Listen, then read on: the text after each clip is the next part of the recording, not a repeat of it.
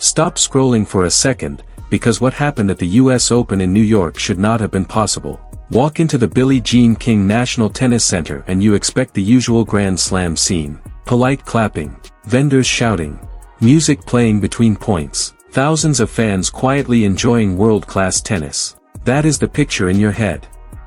But on this day, something completely different was happening inside that stadium. Thousands of people were singing in Tagalog. Philippine flags were waving from almost every section. Fans wore shirts with one single name printed on the front. Handmade signs bounced up and down in the crowd. People were cheering like they were sitting courtside in Manila, not in Queens, New York. Even the security staff looked confused, glancing around trying to figure out where this massive wave of fans had suddenly come from. On the other side of the net, a top-ranked WTA player turned to her own coaching box with the exact same question written on her face. Where did all these people come from? What happened that day was not just a tennis match.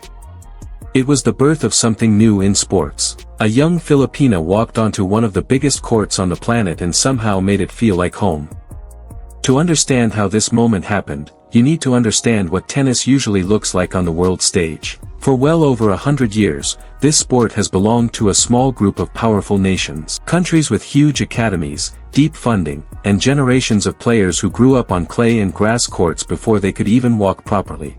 The Philippines never had that setup. Sports passion in the country has always run hot, but it usually pointed in two directions, boxing and basketball. When Manny Pacquiao stepped into the ring, the entire country stopped moving. Basketball courts fill up in every neighborhood, every single day. Tennis, on the other hand, always felt far away. A sport that belonged to other countries, other cultures, other people. Then a 4-year-old girl picked up a racket for the first time. She was not born into wealth or handed an easy road to the top. Her mother had once competed as a swimmer at a regional level, so she understood discipline better than most parents. Her grandfather taught her the basics of the game early on. But it did not take long for coaches to notice something special. It was not just her forehand or her footwork. It was her mind. In tight moments, when other young players got nervous and started playing it safe, this girl leaned forward. She wanted the pressure. She wanted the big point. She wanted to prove she belonged there. That mentality eventually opened the door to one of the most respected academies in the world, the Rafa Nadal Academy in Spain.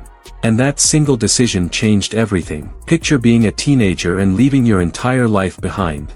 Your family, your friends, your home, your food, everything familiar, gone overnight.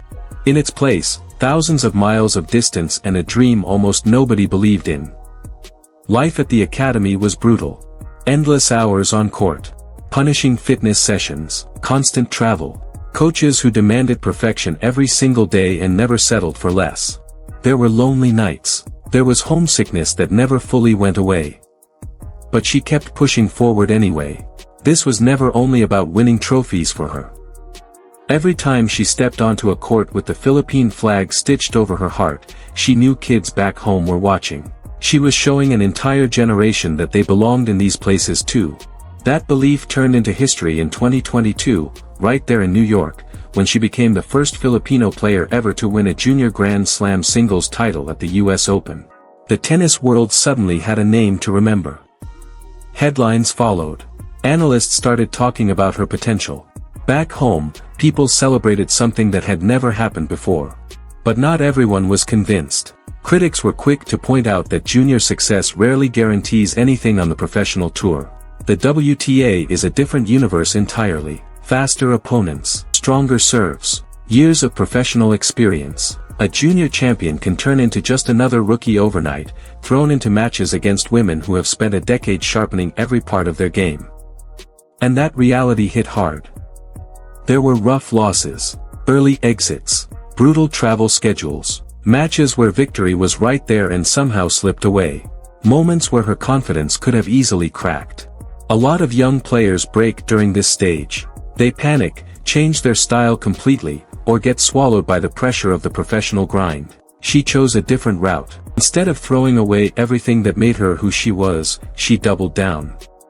Better conditioning, sharper movement, smarter tactics, and most importantly, unwavering belief that she could compete with absolutely anyone on tour. That persistence eventually paid off, and it happened in a way nobody saw coming.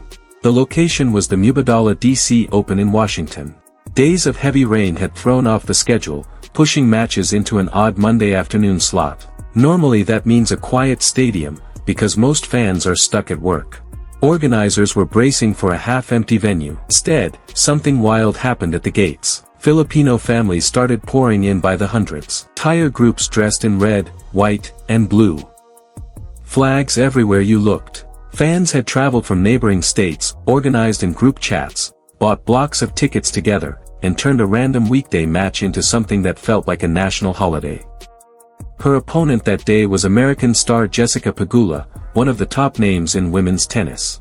On paper, Pegula had every advantage: ranking, experience, and a home crowd behind her, or so everyone assumed. But the moment the Filipino challenger started ripping winners, the entire mood in the stadium flipped.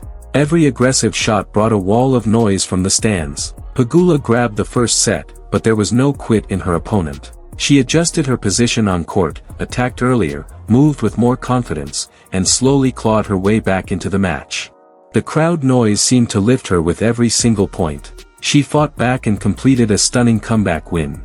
What happened after the match mattered just as much as the score. A sleepy Monday afternoon had turned into an unforgettable sports moment, and people everywhere started talking about this new phenomenon, one player who could somehow pull an entire community out to support her, wherever she played. If Washington was the warning sign, New York was about to become the explosion. When the US Open rolled around, the Filipino community across America was already fully mobilized. Ticket demand shot through the roof. Fans from New York, New Jersey, Connecticut, and beyond organized through Facebook groups, family chats, university clubs, and local community organizations. People were not just grabbing single tickets. Whole groups were planning entire trips around this one match. For many of them, this was not simply entertainment.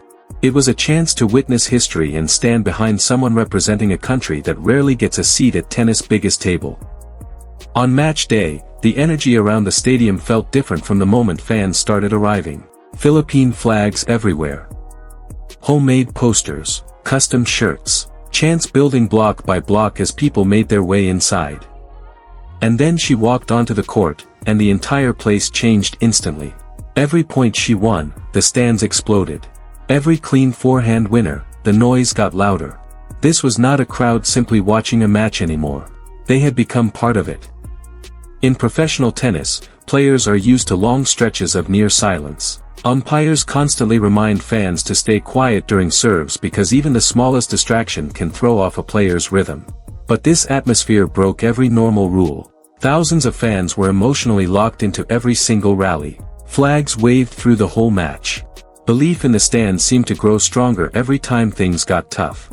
Even the people working inside the venue could not ignore it. Security staff were pulling out phones to film the crowd. Food vendors could barely keep up with demand. International commentators kept mentioning how strange and special the atmosphere felt. One line stuck with everyone watching. This did not feel like New York anymore. It felt like a home match in Manila. Then came the actual tennis, and the drama got almost impossible to believe. Her opponent was Danish powerhouse Clara Tauson, a player who can generate huge pace off both wings and one of the toughest matchups possible. Tauson was not rattled by the noise. If anything, she seemed to feed off it. Early on, this turned into a heavyweight battle of power and nerve. There were stretches where Tauson simply took control of the match completely. Eventually the deciding set arrived, and things looked almost over. Tauson surged ahead, building a commanding 5-1 lead. In tennis, that kind of deficit in a final set is close to a death sentence. One more game and it is finished. The pressure in that moment is enormous, and every wasted chance can end the match instantly. Fans back home watching in the middle of the night felt the dream slipping away right in front of them. Commentators started preparing their closing remarks, assuming the run was about to end. But during the changeover, instead of staring blankly at the scoreboard, she looked up into the stands. She saw the flags. She saw families who had traveled hours just to be there. She saw kids in tiny tennis outfits holding handmade signs. She saw people who had sacrificed real time and money simply to watch her play. And in that moment, the match stopped being about the score. She walked back to the baseline with absolutely nothing left to lose. No panic. No desperation. Just a smarter plan. She started using heavier topspin, deeper shots, and sharper placement to push Tauson into uncomfortable spots on the court. One game became two. Two became three. The crowd noise kept climbing with every point won. She held her own serve. Then she broke Tauson's serve with a gorgeous passing shot down the line. Suddenly 5-1 had become 5-3. Cracks started showing in Tauson's game. Her serve lost its edge. The comeback kept building. Another game slipped away from Tauson, 5-4. Then another hold, 5-5. What looked like a certain loss minutes earlier had turned into one of the most dramatic battles anyone had seen all tournament. The stadium was shaking. Fans were screaming with every single point like it was the final of the whole tournament. The set rolled into a tiebreak, and it became a pure test of nerve and fitness. After a long, brutal rally that pushed both players to their absolute limit, she stepped into a forehand and drilled it into the corner. Match point. Tauson served, knowing one small mistake could end everything right there. The return came back deep. The rally continued for a few tense seconds. Then Tauson's final shot sailed just past the baseline. It was over. She dropped her racket and fell to her knees on the hard court, tears running down her face while the entire stadium erupted around her. Millions watching around the world caught that exact moment live. This was not just another win on the schedule. This was years of sacrifice, doubt, travel, disappointment, and stubborn belief, all crashing together in one moment. When she finally reached the microphone for the post-match interview, her voice broke almost immediately, drowned out by the roaring crowd. She talked about how proud she was to represent the Philippines and thanked every single person who showed up to support her. Her message was simple. This win did not belong only to her. It belonged to the community that never stopped believing. And that is really what makes this whole story so powerful. This was never just about rankings or trophies. It is about representation. For decades, young athletes from countries without a strong tennis tradition could only watch the biggest tournaments from a distance and wonder if that world was even meant for them. She is proving, one match at a time, that it absolutely is.